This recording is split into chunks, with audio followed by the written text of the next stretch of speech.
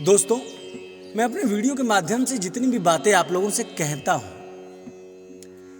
इन सभी बातों के पीछे मेरा एक ही उद्देश्य होता है कि आप अपने विचारों को और भी विकसित कर सकें, अपने विचार के आयाम को और भी विस्तृत कर सकें, और भी अलग अलग दिशा में सोच सकें, कलात्मक तरह से सोच सकें, जीवन को एक कलाकार की तरह जीना शुरू कर सकें।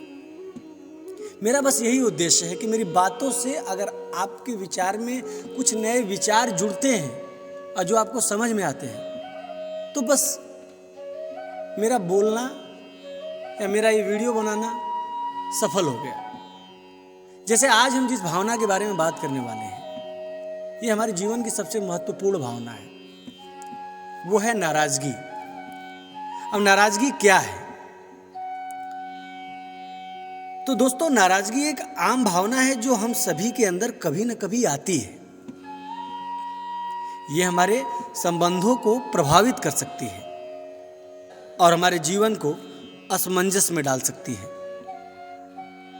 हमें नाराजगी को समझने और उसको मैनेज करने की कला सीखनी चाहिए ताकि हम खुशहाल और सकारात्मक जीवन जी सकें।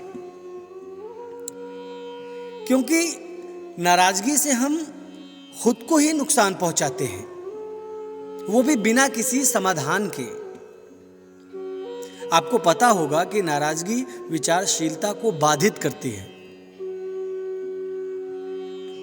और सही निर्णय लेने में रुकावट पैदा करती है। इससे हम अपने आत्मसंयम को खो देते हैं और खुद को संघर्ष में पड़ा हुआ महसूस करते हैं। क्योंकि नाराजगी को समझने के लिए हमें विचारशीलता से विचार करना और दूसरे की दृष्टि से देखने की क्षमता भी होनी चाहिए। नहीं तो हम इससे अपने आप को हानि पहुंचा लेंगे, वो भी बिना किसी निर्णय के।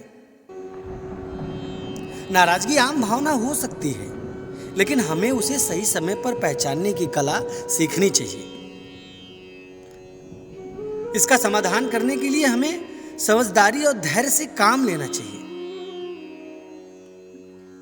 क्योंकि इससे हम अपने स्वास्थ्य को नुकसान पहुंचा सकते हैं और सही निर्णय लेने में कठिनाई पैदा कर सकते हैं।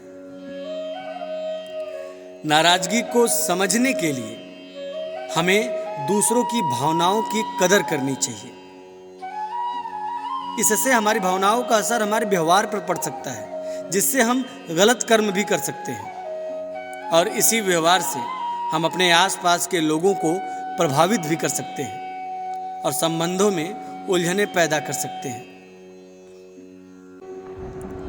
हम आपको बता दें कि नाराजगी का समाधान करने के लिए हमें संवाद कौशल विकसित करना चाहिए और समझने की कोशिश करनी चाहिए। इसको समझने के लिए आत्मसंयम बनाना चाहिए और सही समय पर सही निर्णय लेना चाहिए, क्योंकि इससे हम खुद को ही नुकसान पहुंचाते हैं और संबंधों को असमंजस में डाल सकते हैं। इसको समझने के लिए हमें सहयोग और सहजता की दिशा में सोचनी चाहिए, क्योंकि इससे हम अपने आत्मसंयम को खो देते हैं और सही निर्णय लेने में कठिनाई पैदा कर सकते हैं। दोस्तों, नाराजगी का समाधान करने के लिए हमें आत्मसंयम और सहयोग से काम लेना चाहिए ताकि हम खुशहाल और सकारात्मक जीवन जी सकें।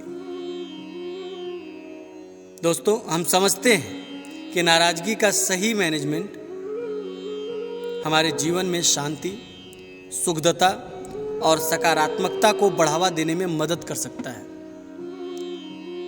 इसलिए इन भावनाओं को समझें, लोगों को सुनें और उन्हें गंभीरता से लें और जीवन को सहज और सरल बनाएं। धन्यवाद।